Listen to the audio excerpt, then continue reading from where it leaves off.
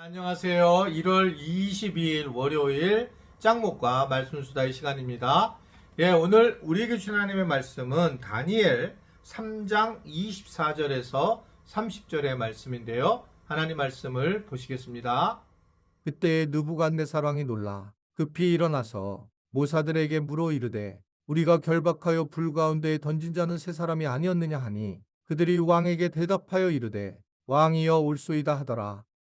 왕이 또 말하여 이르되 내가 보니 결박되지 아니한 네 사람이 불 가운데로 다니는데 상하지도 아니하였고 그 넷째의 모양은 신들의 아들과 같도다 하고 느부갓네살이 맹렬히 타는 풀무불 아기 가까이 가서 불러 이르되 지극히 높으신 하나님의 종 사드락 메삭 아벳느고야 나와서 이리로 오라 하매 사드락과 메삭과 아벳느고가 불 가운데에서 나온지라. 총독과 지사와 행정관과 왕의 모사들이 모여 이 사람들을 본즉 불이 능히 그들의 몸을 해하지 못하였고 머리털도 그을리지 아니하였고 겉옷빛도 변하지 아니하였고 불탄 냄새도 없었더라. 느부갓네살이 말하여 이르되 사드락과 메삭과 아벳느고의 하나님을 찬송할지로다. 그가 그의 천사를 보내사 자기를 의뢰하고 그들의 몸을 바쳐 왕의 명령을 거역하고 그 하나님 밖에는 다른 신을 섬기지 아니하며 그에게 절하지 아니한 종들을 구원하셨도다. 그러므로 내가 이제 조서를 내리노니 각 백성과 각 나라와 각 언어를 말하는 자가 모두 사드락과 메삭과 아벳느고의 하나님께 경솔히 말하거든 그 몸을 쪼개고 그 집을 거름터로 삼을지니 이는 이같이 사람을 구원할 다른 신이 없음이니라 하더라. 왕이 드디어 사드락과 메삭과 아벳느고를 바벨론 지방에서 더욱 높이니라.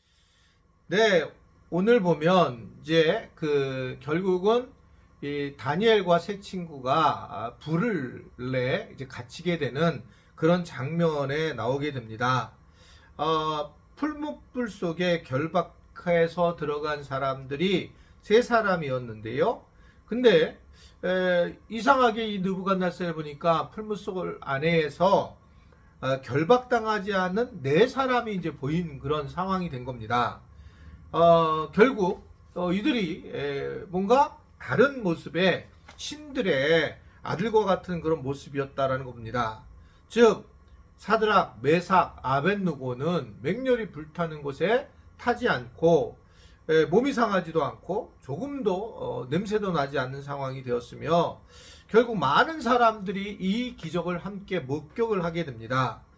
결국 하나님은 이 고난의 자리에 함께하면서 상하지 않도록 결박을 당했을 때의 시련을 풀어주셨다라고 하는 것을 오늘 우리에게 전해주고 있는 것입니다. 우리 인생은 이 느부갓네살이 보여준 것처럼 풀무불과 같은 인생이 참 많이 보이죠. 고난, 불꽃 같은 그런 어려움을 겪는 경우가 정말 많이 있습니다.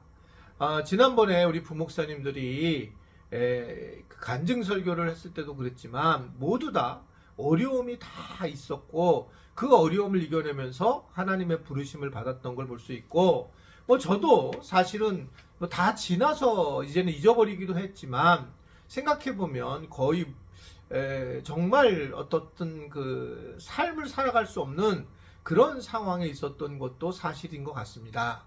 그러나 그때가 그런 어려울 때마다 하나님이 우리를 붙잡아 주셨는데 우리는 사실은 잘 몰라요. 그 안에 있기 때문에. 그러니까 느부갓네살은 이 바깥에서 보니까 네 명이 모든 것들을 자유롭게 이렇게 걸어다니는 모습인데 한 사람은 결국은 하나님일 가능성이 높잖아요. 이제 그런 것들을 외부에서는 보지만 그 안에 있는 사람들은 보지를 못하는 거죠. 그런데 딴 사람들이 놀라는 겁니다. 우리 인생이 그런 거예요. 왜 우리가 다른 사람들과 함께 이렇게 서로 공동체로서 섬기고 또 공동체로서 대화를 나눌까? 자기가 하나님이 자기 안에서 일하실 때에는 우리 스스로는 모르지만 다른 사람들이 이 모든 어려움을 이겨내고 고난을 이겨내는 모습을 볼 때에는 사실은 그때 하나님이 함께 하신다라는 그런 것들을 우리가 느낄 수가 있습니다. 내가 하나님의 은혜를 잘 경험을 못해도 다른 사람에게서 하나님의 만지심을 우리는 함께 볼 수가 있다라고 하는 겁니다. 하나님만 바라보면서 이 맹렬한 품목 가운데에서 이 살아남는 그런 모습을 보면서 이 느부갓네살 자체가 오늘 이 얘기가 경악할 수밖에 없다는 거예요. 왜냐하면 오늘 바로 24절을 보면 그때에 느부갓네살 왕이 놀라 급히 일어나서 물어보는 거죠. 어떻게 이런 일이 일어났느냐? 막 놀랄 수밖에 없다라고 하는 겁니다. 세상 사람들은, 나라에 사는 사람들은 하나님 나라에 사는 사람들을 이해할 수 없고 볼 수 없는 거죠. 하나님 나라의 사람들의 삶을 잘 모르니까요. 그러니까 그 하나님께서 하신 일은 세상에서 볼 때에는 이해가 안 되는 기적 같은 일들이 일어나기 때문에 그런 모습으로 나타나고 있는 걸 볼 수가 있습니다. 느부갓네살은 어떻든 놀라운 것을 보게 되고 믿음을 그런 지킨 종을 구원하신 하나님을 갖다가 오히려 찬양하는 그런 모습을 보이고, 그것을 또 조서를 내려서 이 세 사람에게 지위를 높여주면서 결국 느부갓네살은 어떤 사람이든지 이렇게 건져낼 신이 없다 라고 하면서 하나님 앞에서 교만한 태도를 보이고 이제 구원의 하나님을 인정하는 상황이 되었다 말입니다.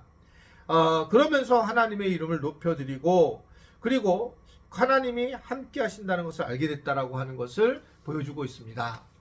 이게 그가 깨닫는 거죠. 아까 말씀드린 것처럼 밖에서 보았을 때에 정말 하나님이 살아계시는구나 라는 것들을 볼 수 있는 겁니다. 이런 얘기가 있어요. 우리는 말씀을 통해서 하나님을 만나지만 세상 사람들은 우리를 통해서 하나님을 만난다 라고 그렇게 하는 것이 오늘 이 세 사람의 어떤 신앙의 모습, 풀무불에 들어가도 담대한 모습, 이 모습으로도 뭔가 다르다는 거죠. 하나님 나라의 백성들은 좀 다르기 때문에 이 세상 나라에 있었던 왕이었던 이 느부갓네살이 어떻게 저럴 수가 있을까라는 생각을 하면서 오히려 이제 나중에 세상 나라에서 높이 인정을 하고 세상 나라에서 필요한 그러한 직위까지 주는 은혜를 겪게 되는 걸 볼 수가 있습니다. 우리는 세상의 높은 자리에 올라가고 싶어 하는데 사실은 하나님의 나라, 하나님 안에서 우리가 바르게 믿음 생활을 하게 되면 어떤 고난을 와도 그 고난을 넘어서서 하나님께서 우리를 세워주시는 것들을 오늘 말씀을 통해서 우리는 엿보게 되는 겁니다. 참 놀라운 일인 거죠.